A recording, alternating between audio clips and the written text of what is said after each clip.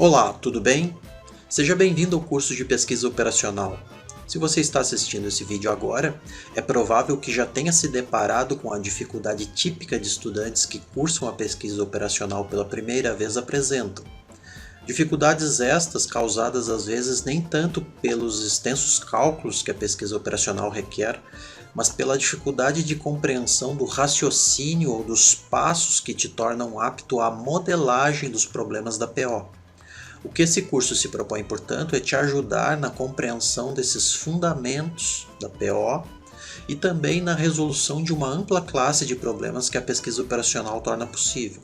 Vamos fazer um breve histórico aqui para te ajudar a compreender a motivação que houve para o desenvolvimento da pesquisa operacional.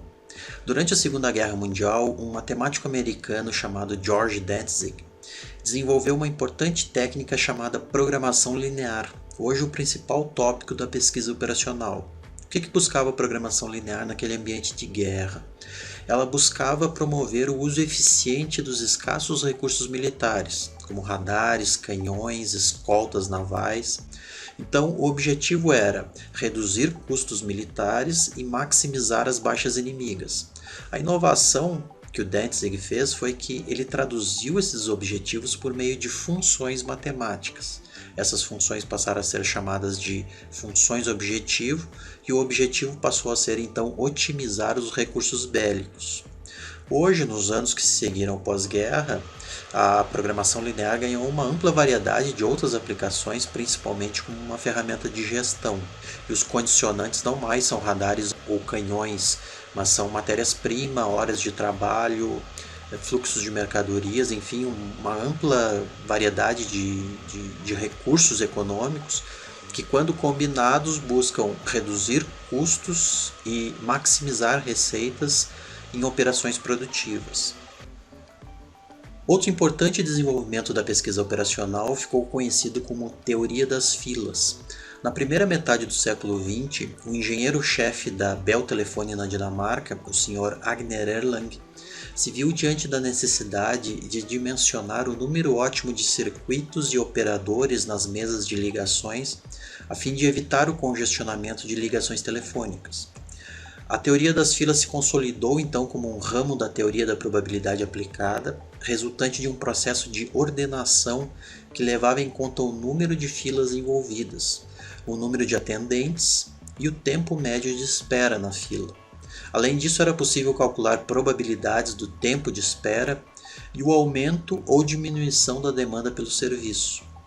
Um desenvolvimento da pesquisa operacional também importante vem de uma parte da matemática chamada teoria dos grafos, que teve o matemático suíço Leonhard Euler como um dos precursores e que estuda certas estruturas abstratas que têm uma representação gráfica, um layout, que pode ser ilustrado, por exemplo, por uma figura desse tipo, onde temos ali as arestas ou arcos e aqueles pontos azuis como vértices. Uma estrutura desse tipo ela pode, por exemplo, ser aplicada dentro da pesquisa operacional para estimar o tempo de duração de um projeto. Se olharmos cada aresta como a fase de um projeto, podemos atribuir um determinado tempo de duração a cada fase, que seriam essas letras minúsculas, e somando-a segundo determinada regra, ter uma estimativa do tempo de duração total do projeto. Esta técnica ela se convencionou chamar PERT ou CPM e é um ramo importante hoje dentro da pesquisa operacional. Bem, entre essas três referências históricas que fizemos ao desenvolvimento da pesquisa operacional, nós percebemos que cada uma delas, a seu modo, a programação linear, a teoria das filas e a teoria dos grafos, fez uma contribuição diferente para a resolução de um problema diferente. No entanto, todas elas têm um traço comum, que é a utilização de modelos matemáticos para a resolução de problemas específicos. A programação linear se utilizando da álgebra, a teoria das filas utilizando a teoria da probabilidade e a teoria dos grafos usando a teoria dos conjuntos e teoria dos grupos. Um estudo de pesquisa operacional, portanto, ele dá maior ênfase ao julgamento objetivo do que ao julgamento subjetivo. Não que esse esteja excluído da análise, tá? Mas o traço primordial da pesquisa operacional é o tratamento via método quantitativo. Após esse breve histórico sobre a pesquisa operacional, vamos tentar responder a essas 3 perguntas. O que é a pesquisa operacional? Quais são os tópicos da PO? E quais os requisitos que você tem que ter para estudar a PO? A começar do primeiro, o que é pesquisa operacional? Eu vou ficar com uma referência da Wikipédia, lá na ligação investigação operacional, que é como os portugueses a chamam, que diz assim: a IO ou PO é um ramo interdisciplinar da matemática aplicada que faz uso de modelos matemáticos, estatísticos e de algoritmos na ajuda à tomada de decisão.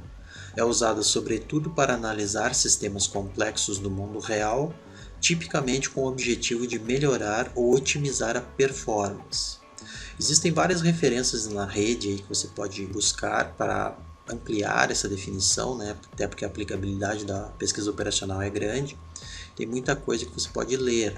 Alguns sites, alguns em língua inglesa, alguns em língua portuguesa, como é o caso deste a iForce, que é uma instituição americana que congrega várias comunidades de pesquisa operacional, organizando eventos, publicações. Temos aqui no Brasil a Sobrapo, que é a Sociedade Brasileira de Pesquisa Operacional, cujo site é este aqui. É incumbência da Sobrapo aqui no Brasil organizar eventos, divulgar publicações, enfim, tudo que tem aqui nesse site é sobre a área de pesquisa operacional. Então fica aí uma sugestão interessante de leitura para você. Voltando às nossas perguntas, vamos à segunda delas. Quais são os tópicos da PO? Normalmente o escopo de um curso básico de PO inclui os seguintes tópicos: programação matemática, linear e não linear, especialmente a linear, a otimização em redes, cujos problemas, alguns deles se confundem com os da própria programação linear, onde abordamos também o problema que eu referi como PERT-CPM, a análise de decisão em jogos, que estuda a tomada de decisões sob condições de incerteza, a teoria das filas, que faz uso da teoria da probabilidade, e a simulação, que estuda situações reais por meio de análises virtuais, quase sempre computadorizadas. Tá? Então, essa listagem aí compõe mais ou menos o escopo de um curso anual de pesquisa operacional, a programação matemática, e normalmente abarcando todo o primeiro semestre. Quais os requisitos para se estudar PO? Bem, neste ponto é aconselhável que você esteja familiarizado com os assuntos básicos da matemática e da estatística, tá? Como as funções, os sistemas lineares, preferencialmente a álgebra linear também, e as distribuições de probabilidades. Além disso, conhecimentos elementares sobre o MS Excel serão úteis para o que vamos fazer ao longo do curso. Para finalizar, gostaria de sugerir a você uma bibliografia, aliás, 2 livros, os quais eu utilizo na preparação de minhas aulas ou mesmo na seleção de alguns problemas que eu trato aqui ao longo desse curso.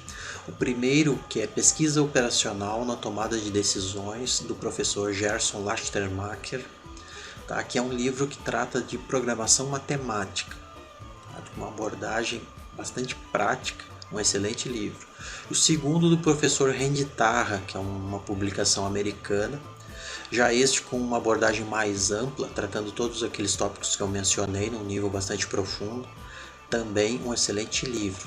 Tá? Fica aí a dica para leitura e seleção de exercícios, estudo, enfim.